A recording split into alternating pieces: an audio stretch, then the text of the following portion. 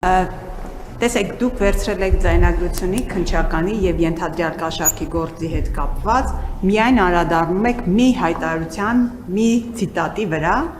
եւ դա տեղայնացնում եք ամբողջ ձեր նշած ընդդիմադիր ուժերի վրա, ենթադրենք ձեր կողմնակիցներից մեկը եւ կա այդպիսի փաստ 10-րդական ձեր աջակիցը մի այդպիսի հայտարարություն է անում։ Կարող ենք մենք դա տեղայնացնել նաև ամբողջ քաղաքացիական պայմանագրի վրա եւ ընդդիմությունը կարող է իրեն իրավունք վերապահել եւ ասել, որ քաղաքացիական պայմանագիրը ամբողջությամբ այսպես է վերաբերվում հասարակությանը։ Դա ընդունելի տարբերակ է, այս առումով խնդրում եմ ձեր գնահատականը։ Երկրորդը դուք պարբերաբար նշում եք Սամվել Կարապետյանը, վախենում եք, որ բոմժ կդառնա Սամվել Կարապետյանը, երեք նա անդրադարձել է դրան եւ նա ձեզ ասում է դուք կներեք, ցիտում եմ իրեն, դուք բուժման կարիք ունեք։ Եվ երրորդ հիմնական հարցը ձեր խաղաղության օրակարգի մասին եմ ուզում խոսեք, դուք ասում եք խաղաղություն ենք բերել, Ադրբեջանի հետ խաղաղությունն է կառուցում, բայց նույն Ադրբեջանը մշակութային ցեղասպանություն է իրականացնում Արցախում եւ եկեղեցիները հիմնահատակ ավերում։ Սա է խաղաղությունը, այսպիսի խաղաղություն ենք բերում։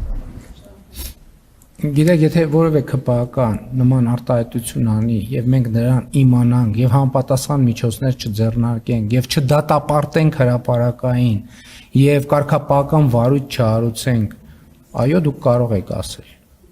Սրա մասին է խոսքը։ Եվ սրա մասին կարա տեղի ունենա, բայց մենք կուսակցությունը դիրքորոշում արտահայտում է դրա վերաբերյալ։ Եղել են դեպքեր, որ ոչ կոռեկտ արտահայտություններ են եղել, մենք շատ արագ դրան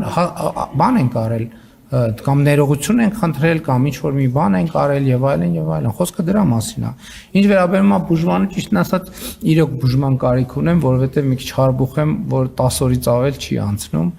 Այնպես որ շնորհակալ եմ իմ առողջական վիճակով այդպես հետաքրքրվելու համար։ Վերջին հարցը ինչ եմ գրել։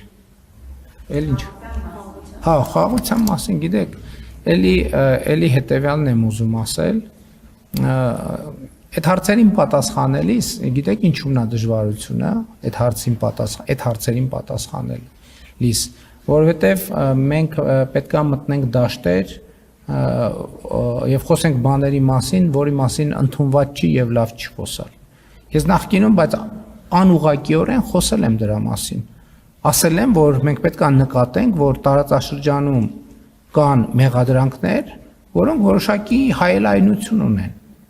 Մենք ենք մեղադրում, մեզ են մեղադրում, մեզ են մեղադրում, մենք ենք մեղադրում, մենք ենք մեղադրում, մեզ են մեղադրում եւ այլն եւ դուք համոզված եք, չէ՞ որ ասում եք 100%-անոց ճշմարտություն։ Մենք համոզված ենք, որ ասում ենք 100%-անոց ճշմարտություն։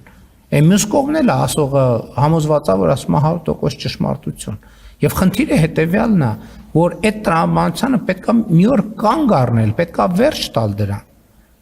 Եվ այստեղ է, որ տարածքային ամբողջականության եւ ինքնիշխանության ճանաչումը դառնում է առանցքային գործոն։ Հակառակ դեպքում այդ process-ը կարա գնա հավերժ եւ մենք տեղ չհասնենք եւ այդ պատերազմի կոնֆլիկտի ցիկլը չհաղթարենք։ Էլի ուզում եմ ասեմ, պատերազմները, այդ թվում Ղարաբաղի շարժումը առաջին հայացքից շատ անմեղ բաներից է սկսել։ Հետո դարձել է մի իրավիճակ, երբ որ երկրների ու ժողովուրդների ճակատագիր արժեցել։ Ես կարծում եմ, որ մենք պետքա կանգ առնենք, բայց դա չի նշանակում այդ հարցերը չքննարկել, նշանակում է այդ հարցերը քննարկել այլ մթնոլորտում, այլ տրամաբանության մեջ։ Եվ իմիջիայլոց ես ուրիշ բան եմ մտածում։ Ես Հայաստանի Հանրապետության վարչապետ եմ եւ ասում եմ, իսկ Հայաստանում կան պատմամշակութային հուշարձաններ, որ հենց այսօր ոչնչացվում են։ Այո, կան եւ իմ հոգսը Հայաստանի Հանրապետության տարածքում գտնվող պատմամշակութային հուշարձաններն են եւ էսա պատճառը, որ եթե թիվը չսխալվեմ, Հայաստանի պետական բյուջեից մենք եռապատկել ենք միջոցները։ Ես օրինակ գնացել եմ Այգեհովիտ գյուղում գտնվող Սրվեղի վանք եւ տեսել եմ, որ ավերվում է այդ վանքը։ Վերադարձել եմ հանձնարարական եմ դրվել վերականգնել։ Գնացել եմ Բջնի եկեղեցի, տեսել եմ պատը քանդված է։ Վերադարձել եմ հանձնարարական տվել պատը բանանել։ Գնացել եմ Բջնի ամրոց, տեսել եմ, որ ամբողջը ծառերով փակված է եւ ճանապարհել գոյություն չունի։ Վերադարձել եմ հանձնարարական եմ տվել, որ կառուցել։ Ես Հայաստանի Հանրապետության մեր աչքի առը իմիջայլոց ամրակից ամրակից գյուղում գտնվող ռուս ուղափառ եկեղեցին ես մտել եմ եւ տեսել եմ, որ ավերման եզրին է ռուս ուղափառ եկեղեցին։ Վերադարձել եմ, հանձնարարական եմ տվել, որ պատմամշակութային արժեքը վերականգնվի եւ վերականգնված է, ուրախ եմ, հույս ունեմ այն օր չհասցրեցինք մտնել, առաջիկա մի առիթով կգնանք եւ կտեսնենք ինչա վերականգնման արդյունք։